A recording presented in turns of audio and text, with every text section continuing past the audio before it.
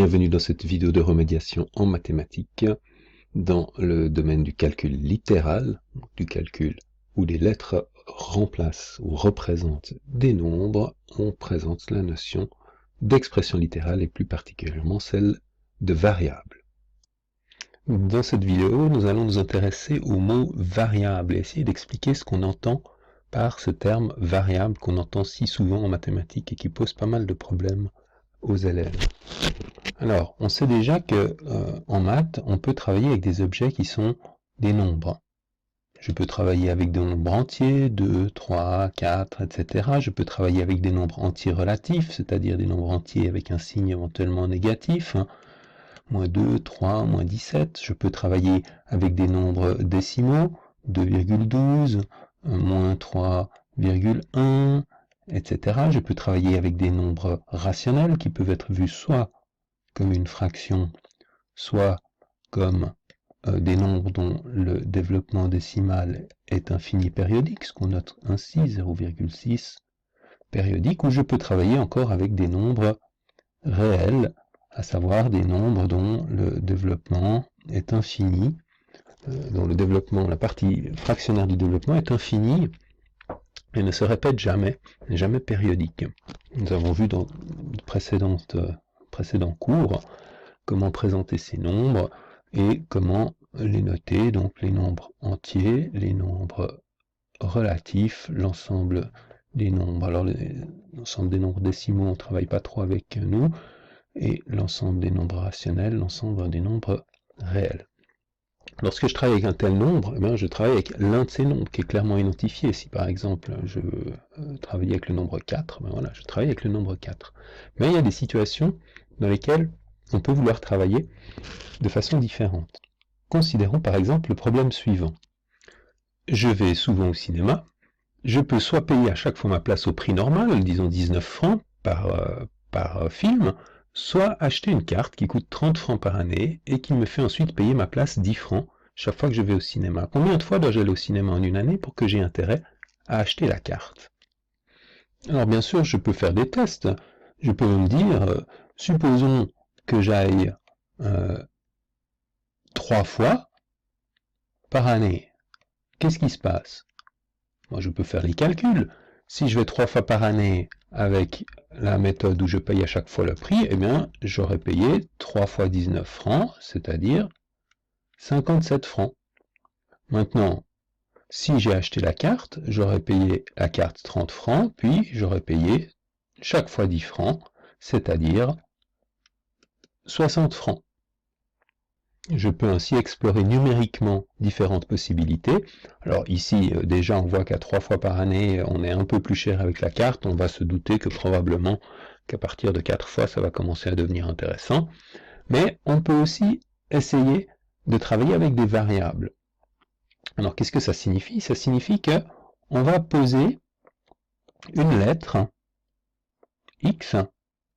Les variables en mathématiques peuvent s'appeler de n'importe quelle façon, mais le plus souvent on utilise x, y ou z ou t lorsque c'est le temps avec lequel on essaye de travailler. Donc on va poser x, le nombre de fois on va au cinéma par année. Donc, le mot variable signifie qu'on n'a pas fixé de façon constante la valeur que x peut prendre, mais on s'autorise à faire varier les différentes valeurs possibles que peut prendre la variable x. Alors ici, comme x est un nombre de fois, x ne peut prendre que des valeurs entières, mais le mot variable, ça signifie que x peut varier, par exemple, et prendre les valeurs. Le nombre de fois qu'on peut aller au cinéma, ça peut être 1 fois, 2 fois, 3 fois, 4 fois, 5 fois, etc., 55 fois, etc., 112 fois, etc. Donc, le fait de parler d'une variable signifie que x peut varier et prendre, si j'ai oublié d'écrire peut, x peut varier et prendre différentes valeurs possibles. Alors, quel est l'intérêt de travailler ainsi? C'est qu'on peut faire du calcul non plus numériquement, mais ce qu'on va appeler du calcul littéral. Littéral vient du mot, même racine que le mot lettre, donc du calcul avec les lettres, ou parfois aussi du calcul algébrique, avec ces variables. Alors concrètement, comment est-ce que ça marche dans cet exemple? Eh bien, je vais regarder les deux scénarios possibles. Si je vais au cinéma X fois sans la carte, eh bien, je vais payer, bien sûr, X fois 19 francs. Si je vais X fois au cinéma avec la carte, eh bien, je vais payer le prix de la carte plus X fois 10 francs. Ce qui nous intéresse va être de comparer les deux scénarios, en particulier de savoir quand est-ce que le coût avec, ou plutôt sans la carte, et le coût avec la carte, eh bien, quand est-ce qu'on peut dire que ces deux coûts sont égaux? On pose là un objet nouveau qui s'appelle une équation. On en parlera plus en détail un peu plus loin, mais vous connaissez déjà ce type d'objet. Vous savez aussi qu'on peut résoudre une équation. Je le fais ici de façon, sans donner trop de détails. Je peux soustraire x fois 10 des deux côtés de mon équation. J'ai donc x fois 19 moins x fois 10. Et de l'autre côté, x fois 10 moins x fois 10. C'est comme une balance sur laquelle j'aurais enlevé exactement la même quantité des deux côtés des plateaux. À droite, x fois 10 et x fois 10 représentent la même quantité, quelle que soit la valeur de la variable x, que x soit égal à 12, à 15, à 25, à 7, x fois 10 et x fois 10 représentent toujours le même nombre, donc leur différence est nulle. 19 fois x et 10 fois x, 19 fois une valeur moins 10 fois la même valeur. Ce qu'il faut bien avoir compris, c'est que le x représente la même valeur. Cette valeur est inconnue, on ne la connaît pas, elle est susceptible de valeurs 2, 3, 4, 5, 55 ou 112, mais la valeur qui est dans x est la même si je regarde ce qui se passe avec le x ici, le x là. Donc 19 fois moins 10 fois x, il reste 9 fois x, est égal à 30. Et maintenant, je peux ici diviser par 9 des deux côtés. Je vais avoir 30 divisé par 9 et 9x divisé par 9. Il y a une multiplication ici, donc je peux simplifier cette fraction. Et il me reste, si je reviens ici, x, 9x sur x, ça fait x, est égal à 30 sur 9. Ce qui est égal, si on fait le calcul, vous pouvez le faire avec la calculatrice, à 3,333, etc., c'est-à-dire à 3,3 périodiques. Si on interprète le résultat, ça veut dire que c'est à 3,3 séances qu'on aura l'équilibre entre les deux scénarios d'achat. On peut évidemment pas aller 3,3 fois au cinéma, et on comprend assez naturellement que si on va moins 3 fois ou moins au cinéma, on a intérêt à ne pas acheter la carte.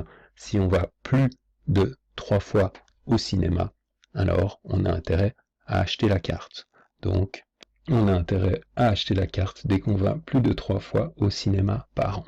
Voilà, cet exemple un petit peu compliqué pour comprendre un peu quel est l'intérêt de travailler avec ces variables. Parce que tout le calcul algébrique qu'on va s'imposer par la suite pour manipuler ces variables, eh bien, c'est important de comprendre que si on le fait, c'est pas uniquement pour le plaisir de faire du calcul algébrique, mais bien parce que grâce à la maîtrise de cet outil-là, on pourra résoudre des problèmes comme celui-ci et des problèmes de plus en plus compliqués. Alors, ce calcul littéral avec des variables permet de traiter toutes sortes de problèmes, également géométriques. Par exemple, ici, si je considère un losange,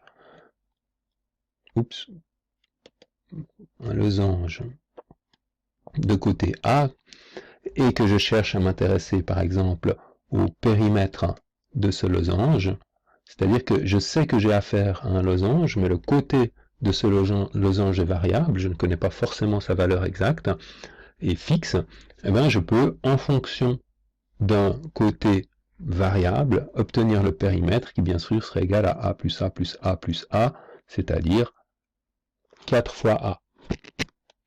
Ou encore, si je considère un rectangle fabriqué avec deux carrés, et qu'on me demande de calculer le périmètre de ce rectangle, eh bien, on voit bien que le périmètre sera C plus C plus C plus C plus C plus C, c'est-à-dire 6C. Et si on me demandait de calculer l'aire de ce rectangle, ben j'aurais ici C carré et C carré, c'est-à-dire 2 fois C carré. Donc on commence à pouvoir exprimer certaines quantités en fonction de ces variables. Et dernier exemple, supposons maintenant qu'on a affaire à un rectangle dont on connaît un côté, mais qui n'est pas formé forcément d'un deuxième carré ou de 3 carrés, donc j'ai besoin non plus d'une, mais de 2 variables pour pouvoir manipuler ce rectangle. Et de la même façon, si je cherche à obtenir le périmètre, eh bien ce sera x plus y, c'est-à-dire 2x plus 2y, ou encore si je veux calculer son aire, bien sûr, x fois y. Donc on voit que certains problèmes ou certaines situations nécessitent de travailler avec plus d'une variable.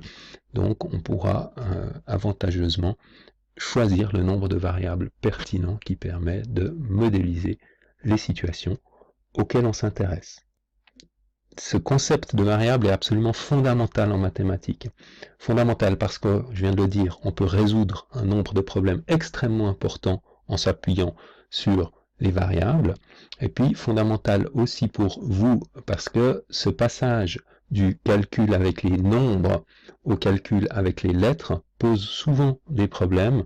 C'est très très important de bien travailler ce type de situation, de comprendre ce qu'est le concept de variable et surtout de comprendre comment est-ce qu'on calcule avec les variables de telle sorte que ça ne soit pas un obstacle pour la suite de vos études. Pour terminer, la règle d'or, à savoir, le plus souvent les variables représentent des nombres, donc la façon de calculer avec les variables est essentiellement identique à celle du calcul avec les nombres. Ça veut dire que si vous savez calculer avec les nombres, fondamentalement vous savez calculer avec les lettres.